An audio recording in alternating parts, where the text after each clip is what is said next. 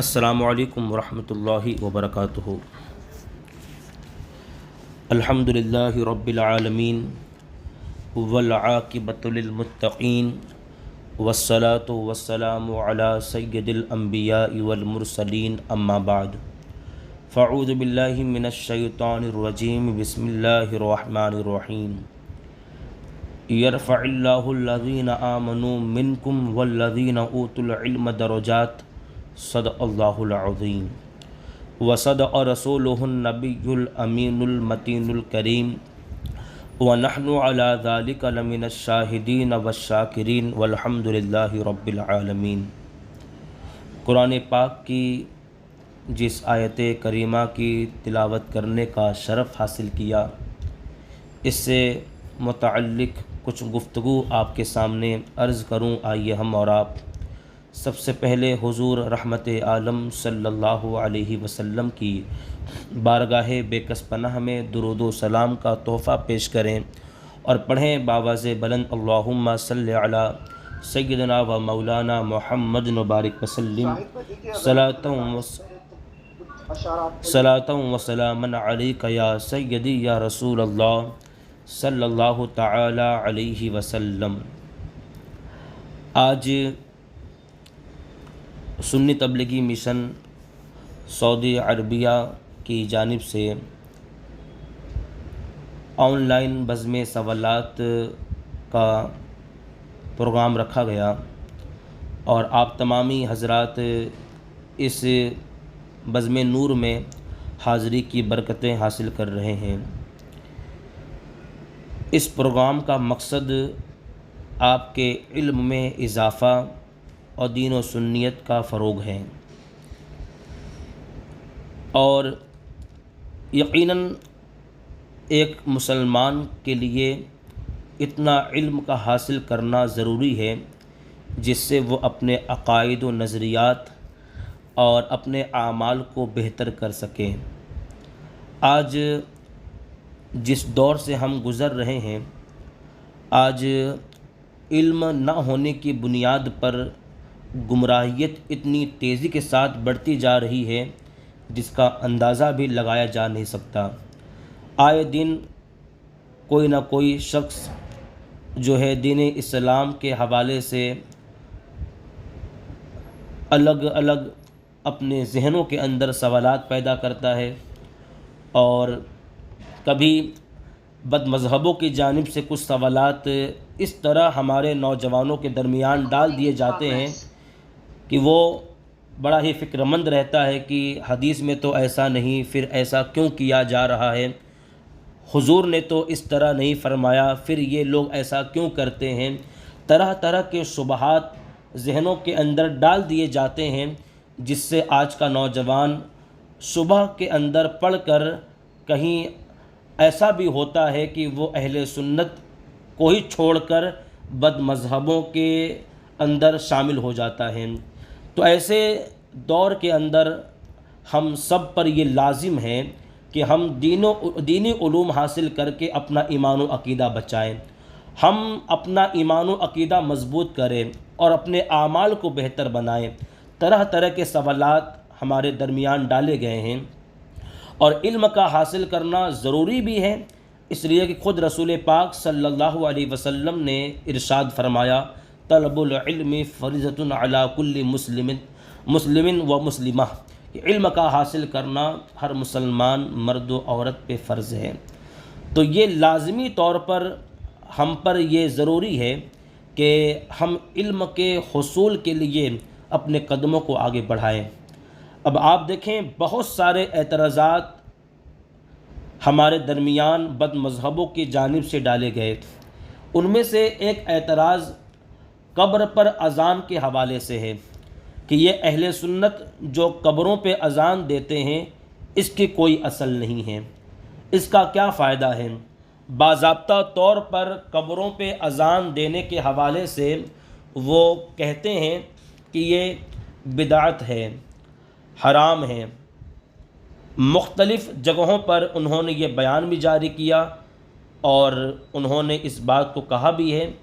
اس لیے ضروری اس بات پر ہم نے محسوس کیا کہ قبر پہ اذان دینے کے حوالے سے کچھ آپ کو اس بارے میں بتایا جائے اور اس کے فوائد آپ کے سامنے بیان کیے جائیں، تاکہ آپ کو پتہ چلے کہ اگر ہم اہل سنت و جماعت بعد دفن میت قبروں پہ اذان دیتے ہیں تو اس کا فائدہ کیا ہے، آخر یہ کیوں ہم نے اس کو لازم قرار دیا ہے، ہم اسے کیوں اس کو مستحب مانتے ہیں۔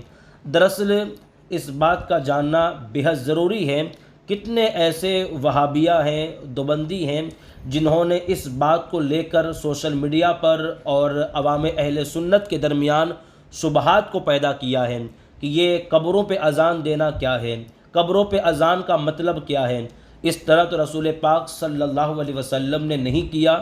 اس طرح کی طرح کی باتیں اہل سنت میں نوجوانوں کے درمیان ڈالی جاتی ہیں۔ تو آپ کو میں بتاؤں کہ قبر پر اذان دینے کے فوائد کیا ہیں، اور رسول پاک صلی اللہ تعالیٰ علیہ وسلم کی جو احادیث تکبیر کے حوالے سے، ذکر کے حوالے سے آئی ہیں، اسے آپ دیکھیں۔ قبروں پر اذان دینا، ایک مسلمان اپنی میت کو دفن کرنے کے بعد اس کی قبر پہ اذان دیتا ہے، یہ شرعاً جائز ہے، مستحب ہے اور بہتر عمل ہے۔ اب اگر کوئی اسے ناجائز کہے تو دلیل وہ پیش کرے، قرآن و حدیث میں قبروں پر اذان دینا ناجائز کہاں لکھا ہے؟ اور یہ اس کے جو فوائد ہیں آپ اندازہ کریں کہ رسول پاک صلی اللہ تعالیٰ علیہ وسلم نے، پہلے آپ یہ بات جانیں کہ انسان کے لیے دو بڑے خطرناک وقت ہوتے ہیں، ایک یہ جب جاکنی کا وقت ہو، اور دوسرا وقت منکر نکیر جب سوالات کرتے ہیں۔ یہ دو بڑے خطرناک وقت ہے۔ اگر جاکنی کے وقت خاتمہ بالخیر نہ ہوا تو عمر بھر کے سارے اعمال برباد ہو جاتے ہیں، اور اگر قبر میں امتحان میں ناکامی ہوئی تو آئندہ کی پوری زندگی برباد ہو جاتی ہے۔ اس لیے رسول پاک صلی اللہ تعالیٰ علیہ وسلم کی حدیث جو مشکات شریف کے اندر موجود ہے وہ یہ ہے، لقنوا موتاکم لا الہ الا اللہ، اپنے مردوں کو سکھاؤ لا الہ الا اللہ۔ اب جب جاکنی کا وقت آئے تو ہمارے اوپر یہ ضروری ہے کہ ہم اپنے مرنے والے کو تلقین کریں، اس کے سامنے کلمہ طیبہ پڑھتے رہیں اور اسے کلمہ طیبہ پڑھ کر سنائیں، اور جب اس کا وصال ہو جائے تو مرنے کے بعد، دفن کرنے کے بعد اس کی قبر پر ہم اذان دیں۔ اذان دینے کے بڑے فوائد ہیں۔ آپ اندازہ کریں کہ قبر میں دفن کرنے کے بعد منکر نکیر سوالات کرتے ہیں، تو ایک فائدہ تو یہ ہے کہ منکر نکیر میت سے جو سوالات کرتے ہیں ان سب کے جوابات اذان کے اندر موجود ہیں۔ منکر نکیر پہلا سوال کرتے ہیں، من ربک، تیرا رب کون ہے؟ ما دینک، تیرا دین کیا ہے؟ ما کنت تقول فی ھذا الرجل، تو ان کے بارے میں کیا کہتا تھا؟ یہ تین سوالات قبر کے اندر منکر نکیر کرتے ہیں، اور ان سب کے جوابات اذان کے اندر موجود ہیں۔ آپ دیکھیں، جب پہلا سوال ہو من ربک، تیرا رب کون ہے، تو پہلے سوال کا جواب اشہد ان لا الہ الا اللہ، کہ میں گواہی دیتا ہوں کہ اللہ کے سوا کوئی معبود نہیں۔ جب دوسرا سوال ہوتا ہے ما دینک، تو قرآن اذان کے اندر حی علی الصلاۃ ہے کہ میرا دین وہ ہے جس میں 5 نمازیں تھیں، یعنی دین اسلام، اس لیے کہ اسلام کے سوا کوئی اور دین ایسا نہیں ہے جس کے اندر 5 نمازیں ہو۔ سوائے اسلام کسی بھی دین میں 5 نمازیں نہیں ہیں۔ اور تیسرے کا جواب جب یہ ہو ما کنت تقول فی ھذا الرجل، تو ان کے بارے میں کیا کہتا تھا؟ رسول پاک صلی اللہ تعالیٰ علیہ وسلم کے بارے میں جب پوچھا جائے تو ان کے بارے میں کیا کہتا تھا؟ تو اذان کے اندر جواب ہے اشہد ان محمد رسول اللہ، میں گواہی دیتا ہوں یہ اللہ کے رسول ہیں، یہ ہمارے آقا صلی اللہ علیہ وسلم ہیں۔ تو پہلا فائدہ تو یہ ہے کہ جب منکر نکیر سوالات کرتے ہیں اور دفن کے بعد آپ قبر پہ اذان دے دیں تو ان تمام سوالوں کے جوابات اذان کے اندر نظر آتے ہیں، تو اس سے جو ہے اس کو فائدہ ہوگا۔ اور دوسرا فائدہ جو احادیث کریمہ کے مطابق وہ یہ ہے کہ جب دفن ہم کرتے ہیں، منکر نکیر سوالات کے لیے حاضر ہوتے ہیں، تو پہلا سوال جب ہوتا ہے من ربک، تو حدیث پاک میں یہ آیا ہے کہ اس وقت بھی شیطان مردے کے سامنے آ کر اپنی جانب اشارہ کر کے کہتا ہے کہہ دے میں تیرا رب ہوں۔ یہ نوادر الاصول کے اندر یہ موجود ہے کہ جب میت سے سوال ہوتا ہے کہ تیرا رب کون ہے، تو شیطان اپنی طرف اشارہ کر کے کہتا ہے میں تیرا رب ہوں۔ یہ حدیث پاک میں ہے۔ اب اذان کا فائدہ یہ ہے کہ جب اذان ہوتی ہے تو دوسری حدیث میں ہے، رسول پاک صلی اللہ علیہ وسلم کی یہ حدیث کہ جب نماز کی اذان ہوتی ہے تو شیطان گوز لگاتا ہوا بھاگتا ہے یہاں تک کہ اذان نہیں سنتا۔ یعنی جب اذان کہی جائے، جب اذان ہوتی ہے تو شیطان بھاگتا ہے۔ اب جب منکر نکیر نے سوال کیا من رب کا، تیرا رب کون ہے، اور اسی وقت اذان ہو جائے تو مردہ شیطان کے فتنے سے محفوظ ہو جاتا ہے اور وہ بھاگ جاتا ہے، کیونکہ اذان جب ہوتی ہے تو شیطان بھاگتا ہے۔ اور تیسرا فائدہ یہ ہے کہ اذان سے دل کی وحشت دور ہوتی ہے۔ ابو نعیم اور ابن عساکر نے حضرت ابو ہریرہ رضی اللہ تعالی عنہ سے یہ حدیث پاک روایت کیا کہ حضرت آدم علیہ السلام ہندوستان میں اترے اور ان کو سخت وحشت ہوئی، تو جبرائیل علیہ السلام تشریف لائے اور انہوں نے اذان دی، تو اذان سے دل کی وحشت دور ہوتی ہے۔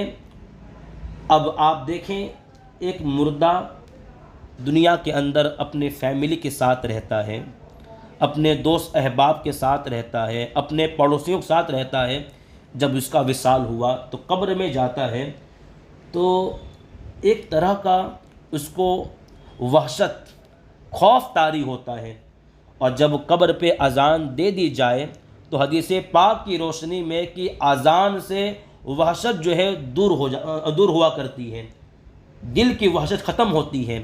تو لہذا اذان ہونے سے ایک فائدہ یہ ہے کہ جو خوف، جو وحشت اس کو ہونے والی تھی تنہائی کی وجہ سے کہ وہ اب تک دنیا والوں کے ساتھ تھا، فیملی کے ساتھ تھا، دوستوں کے ساتھ تھا، جب وہ قبر میں گیا اندھیرا ہے اور اذان اس کو وحشت ہوئی، تو اذان کے ذریعے اس کی جو وحشت ہے وہ ختم ہو جاتی ہے۔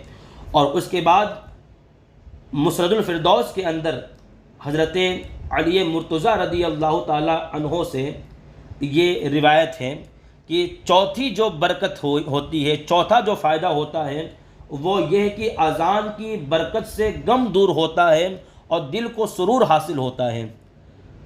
مسند الفردوس میں حضرت علی رضی اللہ تعالی عنہ سے روایت ہے کہ مجھ کو حضور صلی اللہ تعالی علیہ وسلم نے ایک مرتبہ رنجیدہ پایا، میں غمگین تھا، رنجیدہ تھا، تو آقا کریم علیہ السلام نے فرمایا کہ اے ابی طالب کے بیٹے، کیا وجہ ہے کہ تم غمگین ہو، رنجیدہ ہو؟ پھر حضور نے فرمایا کہ تم کسی کو حکم دو کہ تمہارے کان میں اذان کہہ دے، کیونکہ اذان غم کو دور کرنے والی ہے۔ اب ایک بندہ موت کے بعد جب قبر میں جاتا ہے اس کو وحشت ہوتی ہے، بے قرار ہوتا ہے، بے چین ہوتا ہے۔ آپ دیکھیں نا کہ منکر نکیر قبروں کو منکر نکیر زمین کو چیرتے ہوئے آتے ہیں اور مردے کو جھنجھوڑ کر اٹھاتے ہیں اور اس سے سوالات کرتے ہیں۔ بے قراری ہے، بے چینی ہے، وحشت ہے، اور اذان کا چوتھا فائدہ یہ ہے کہ اذان کی برکت سے غم دور ہوتا ہے اور دل کو سرور حاصل ہوتا ہے. جیسا کہ حدیث پاک میں جب حضرت مولا کائنات غمگین تھے، رنجیدہ تھے، تو خود حضور علیہ الصلاۃ والسلام نے فرمایا کہ علی کسی سے کہو کہ تمہارے کان میں اذان کہے، کیونکہ اذان غم کو دور کرنے والی ہے. اس سے یہ پتہ چلا کہ جب اذان ہوتی ہے تو جو وحشت ہے، جو غم ہے، جو بے قراری ہے، اذان ہونے کی وجہ سے وہ ختم ہو جاتی ہے. اور اس کے بعد پانچواں فائدہ یہ ہے کہ اذان کی برکت سے لگی ہوئی آگ بجھ جاتی ہے. یہ ابو لیلہ نے حضرت ابو ہریرہ رضی اللہ تعالی عنہ سے روایت کیا ہے کہ لگی ہوئی آگ کو تکبیر سے بجھاؤ، اور جب کہ تم آگ لگی ہوئی دیکھو تو تکبیر کہو، کیونکہ یہ آگ کو بجھاتی ہے. قبر کے اندر اگر آگ کے معاملات ہونے لگے یا وہ قبر آگ سے اگر بھر جائے تو اذان کے ذریعے اذان کے اندر تکبیرات ہیں، اللہ اکبر اللہ اکبر، حضور علیہ الصلاۃ والسلام کا بھی ذکر ہے اور خود تکبیر بھی اس کے اندر موجود ہے. تو تکبیر کے ذریعے لگی ہوئی آگ بجھ جاتی ہے. پانچواں فائدہ یہ ہے کہ اگر خدا نہ خواستہ کبھی ایسا ہوا کہ بدعمالیوں کی بنا پر قبر میں آگ لگ جائے یا وہ بندہ عذاب میں مبتلا ہو جائے، تو ایک فائدہ یہ ہے کہ اذان کی برکتوں سے اس آگ میں کمی ہوتی ہے، وہ آگ بجھ جایا کرتی ہے. اور چھٹا فائدہ جو حدیث پاک کی روشنی میں ہے وہ یہ ہے کہ اذان اللہ کا ذکر ہے، اور ذکر اللہ کی برکت سے عذاب قبر دور ہوتا ہے. ذکر اللہ کی برکت سے عذاب قبر دور ہوتا ہے. قبر جو ہے فراخ ہوتی ہے، تنگی قبر سے نجات ملتی ہے.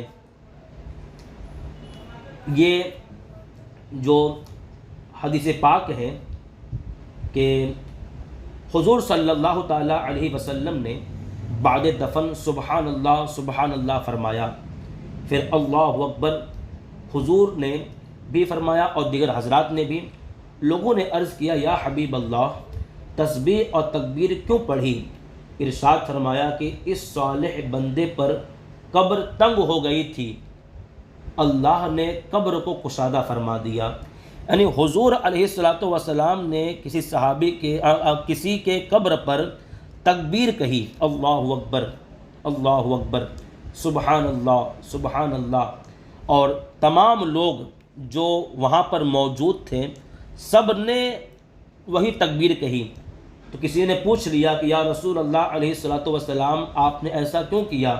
تو خود آقا کریم صلی اللہ علیہ وسلم نے اس بات کو فرمایا کہ اس بندے پر قبر تنگ ہو گئی تھی، اور جو تکبیر ہوئی اس کی وجہ سے اللہ نے اس کی قبر کو کشادہ فرما دیا. تو اذان کے اندر بھی تکبیرات ہیں، تو اس کی برکتوں سے اگر کبھی قبر تنگ ہو جائے تو اذان کی برکت سے اللہ اسے کشادہ فرما دے گا. اور ساتویں برکت اور ساتواں فائدہ یہ ہے کہ اذان میں حضور علیہ الصلاۃ والسلام کا ذکر ہے، اور صالحین کا جب ذکر ہوتا ہے تو اللہ کی رحمت کا نزول ہوتا ہے، نزول رحمت ہوتا ہے. خود حضرت امام سفیان بن عیینہ رضی اللہ تعالی عنہ فرماتے ہیں عند ذکر الصالحین تنزل الرحمہ، اور میت کو اس وقت رحمت کی سخت ضرورت ہوتی ہے. جب اذان ہو تو اس کے اندر آقا کریم صلی اللہ علیہ وسلم کا ذکر موجود ہے اور سرکار کا ذکر ہو اور رحمت کا نزول نہ ہو. آپ ذرا اندازہ لگائیں کہ تو اب اس وقت جو ہے جو حالات ہوتے ہیں میت کے لیے سب سے سخت ضرورت اس کو جس چیز کو کا سامنا کرنا پڑتا ہے اور اس کو جو ضرورت ہوتی ہے وہ یہ ہے کہ اس کے لیے رحمت کا نزول ہو. اور جب اذان کہی جاتی ہے تو اذان میں حضور علیہ الصلاۃ والسلام کا بھی ذکر ہے، تو سرکار کے ذکر کی وجہ سے اس پر رحمتوں کا نزول ہوتا ہے. کیونکہ حضرت سفیان رضی اللہ تعالی عنہ نے اس بات کو بیان کیا ہے کہ جب اللہ والوں کا ذکر ہوتا ہے تو یہ رحمت کے نازل ہونے کا سبب ہوتا ہے۔ تو اب اگر کوئی بندہ یہ کہے کہ قبر پہ اذان کا کیا فائدہ ہے، قبر پہ اذان کیوں دی جاتی ہے، تو دیکھیں اذان کے یہ فوائد ہیں جو ہم نے احادیث کی روشنی میں آپ کے سامنے ذکر کیا۔ لہذا اگر کوئی آپ سے یہ کہے کہ اذان تو حدیث میں نہیں لکھا، اذان تو حضور نے نہیں دی، صحابہ کرام علیہم الرضوان نے تو اذان نہیں دی، تو آپ دیکھیں کہ بھئی اللہ کے رسول صلی اللہ علیہ وسلم نے تو یہ حکم دیا نا کہ اپنے جو مردے ہیں ان کو لا الہ الا اللہ کی تلقین کرو، اور سرکار علیہ الصلوۃ والسلام نے بعد دفن تکبیر تو کہی نا، تو یہ تمام چیزیں اس کی اصل ہیں۔ لہذا اگر کوئی شخص اس بات پر اڑا رہے کہ یہ تو ناجائز ہے، یہ تو حرام ہے، تو ایک بات ہمیشہ یاد رکھیں، شریعت کا قانون ہے، ہر شے کی اصل یہ ہے کہ وہ جائز ہو۔ اب اگر کوئی اذان کو قبر پہ دینے کو ناجائز کہے یا کوئی حرام بتائے تو اس بندے کی ذمہ داری ہے کہ وہ اس کو دلائل کی روشنی میں ثابت کرے، ورنہ اس پر لازم ہے کہ وہ توبہ کرے، کیونکہ کسی بھی چیز کو ناجائز کہنے کے لیے دلیل چاہیے، جائز کی دلیل نہیں ہوتی۔ اس لیے یہ اہل سنت و جماعت کا یہ نظریہ ہے کہ قبر پہ اذان دینا یہ مستحب ہے، یہ مستحب ہے، اور اس سے میت کو سکون ملتا ہے۔ خود آپ دیکھیں نا کہ حدیث پاک میں ہے کہ اللہ کے حبیب صلی اللہ علیہ وسلم نے فرمایا کہ میت کو دفن کرنے کے بعد اس کی قبر پر اتنے دیر تک ذکر و اذکار کرو جتنی دیر میں تم اونٹ ذبح کر کے اس کو بوٹیاں کرتے ہو، بوٹی کرتے ہو۔ تو اذان بھی تو ذکر ہے نا، اس سے میت کو سکون ملتا ہے، اس لیے اذان کہنا یہ شرعاً جائز ہے۔ جو لوگ اسے ناجائز کہتے ہیں وہ خطا پر ہیں، غلطی پر ہیں۔ ایسے لوگوں کو چاہیے کہ وہ قرآن و حدیث میں کہیں پر بھی دکھا دیں، کسی ایک جگہ بھی کہ اللہ رب العزت نے یا خود حضور صلی اللہ علیہ وسلم نے اسے ناجائز بتایا ہو، کبھی ثابت نہیں کر پائیں گے۔ تو آپ کبھی بھی اگر کوئی مومن انتقال کرے تو بعد دفن اس کی قبر پر اذان کہیں، تاکہ جو فائدے ہیں اس سے وہ میسر ہو۔ اللہ رب العزت ہم سب کو علم حاصل کرنے اور اس پہ عمل کی توفیق عطا فرمائے۔ وما علینا الا البلاغ۔